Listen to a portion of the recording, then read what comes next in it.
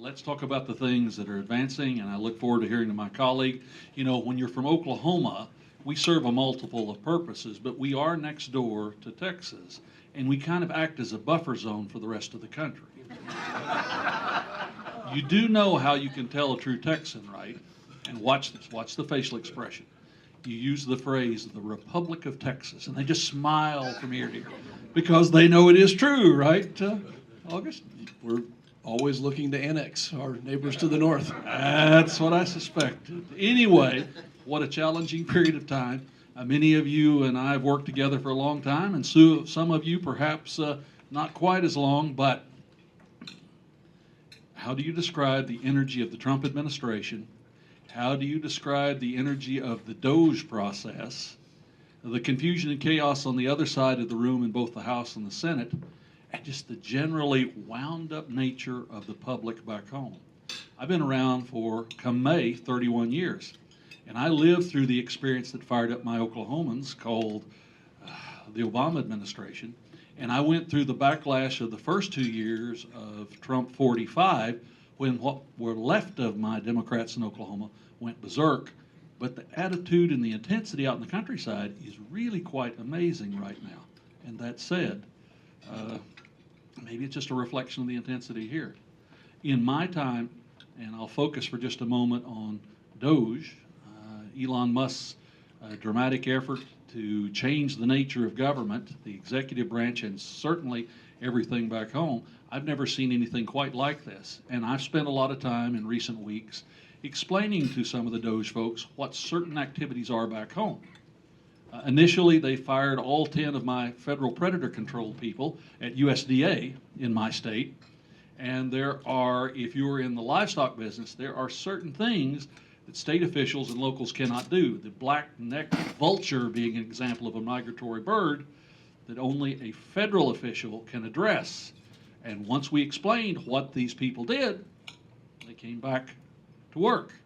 I lost 15 of my 61 scientists at a research station, ARS research station in El Reno, Oklahoma.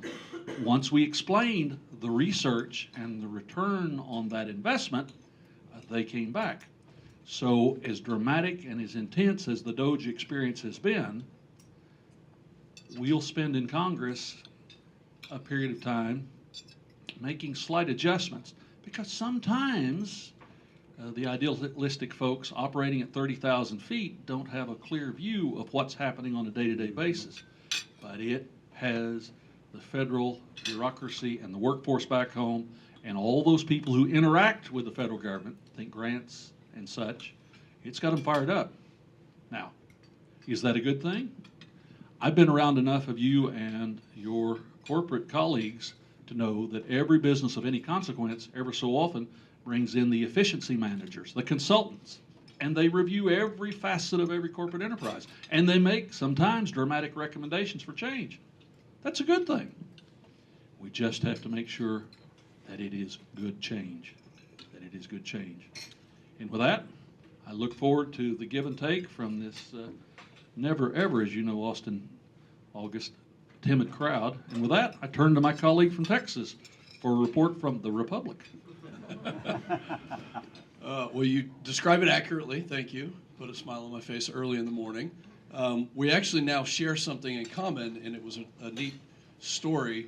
If you watched just about a week ago, there was an Oklahoma State graduate student who won the national championship in wrestling.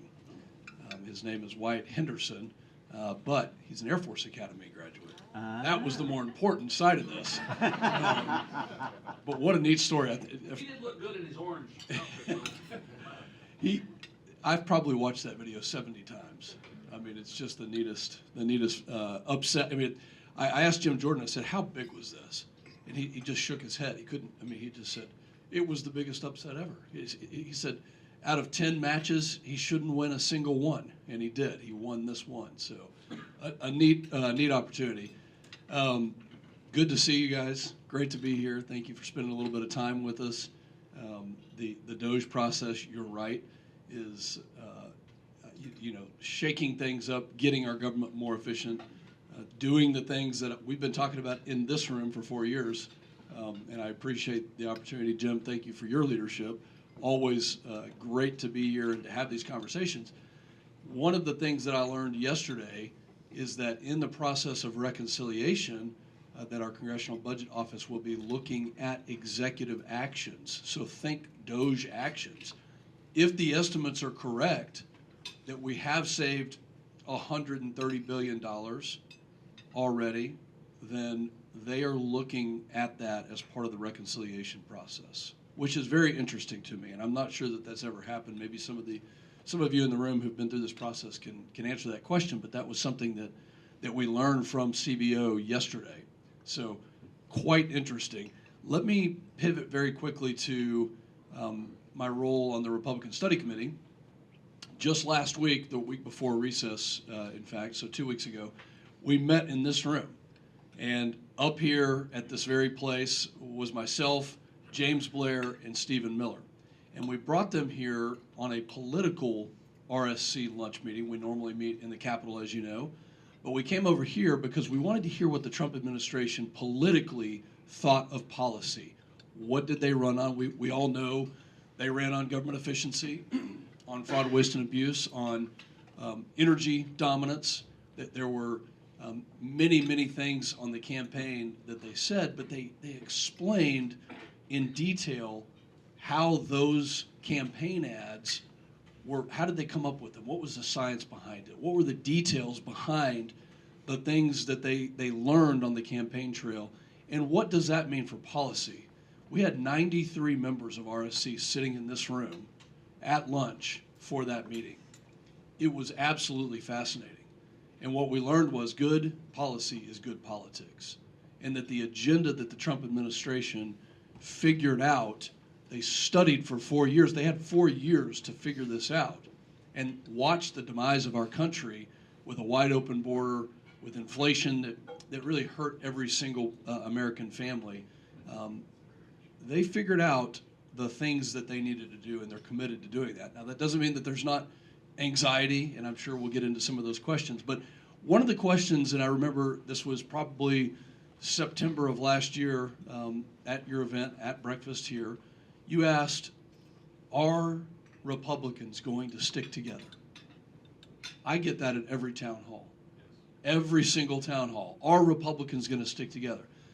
As chairman of RSC, I made a promise to every single person in our organization that we were going to make that the top priority, that we were going to work on the front end of legislative initiatives, not the back end, not waiting until the 11th hour, but that we were going to work hard in the planning phase of this. I think we have done that. Would you ever have thought that we would pass a year-long CR, have a mic drop moment, leave town, and send it to the Senate and dare them to shut down the government? It was sweet, too. It was.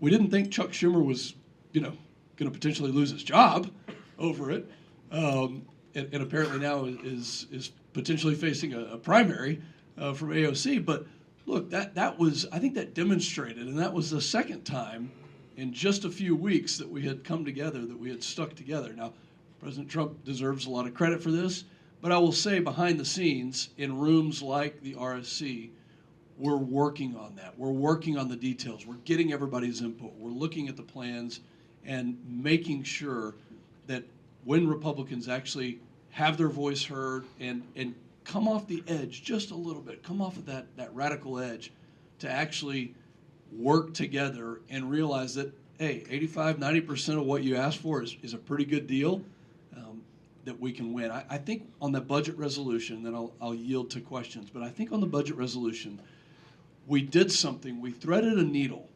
Think about both sides of the equation. I want you to think about the Brian Fitzpatricks and the Lalotas, the Marionette Miller Meeks. I mean, these are great members. They went to the extreme edge on the savings of where they could go.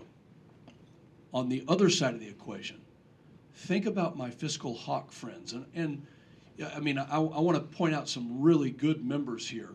Jody Arrington and Lloyd Smucker, Jay Obernolte, Chip Roy, you see him in the news, but think about them. They're on the extreme edge of their comfort level, on the side of, it's not it's almost not enough savings. So to bring the conference together, to be able to pass a budget resolution, then to follow that up and say, we know reconciliation is the game. We're not happy with the CR, but we have to do it in order to get reconciliation done. Quite a feat. So if you're wondering if Republicans can stick together, the game's not over. We still have a lot of sticking together to do. But I'm really proud of what we have done here in the first couple of weeks, couple of months.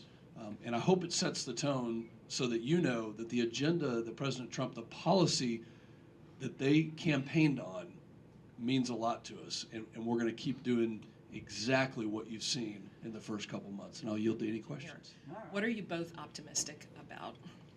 Congressman Pfluger, if I can start with you. I will pick up right where I left off. I'm optimistic because winning is fun.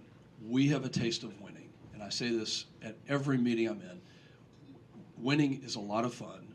The agenda, we know we have to get things right. We know that this is our only opportunity to right size and do something about the fiscal situation, which is in a dire state right now. I am optimistic that this Congress, that this group with a 2-seat majority, we're getting some backup here next week, by the way. And by the way, those races are a little bit tighter than at least one of them has been crazy in Central Florida. But I'm optimistic because I think we are sticking together. I think we do like that taste of winning and that we are going to get this agenda done. Probably the single most impressive thing so far that bubbles my optimism to the top is how Speaker Johnson has grown into the role. Remember where we were 6 months ago, the chaos and the confusion, and how the Speaker has stepped up, his ability to try navigate the very complicated waters at the White House, to deal within our Republican conference, to develop a working relationship with the leadership team in the Senate. I am very pleased with how far the Speaker's come, because when you have a 3-seat majority today because of the services in Arizona, we'll pick up 3 seats more, but still a very tight margin out of a body of 435. And there's only a 3-seat majority and not a group sufficient without Democrat support to vote cloture in the Senate. So you've got to have skilled people, and I think we have that. If you want my wild prediction, I wouldn't be totally surprised if you see 3 different reconciliation actions in calendar year 25.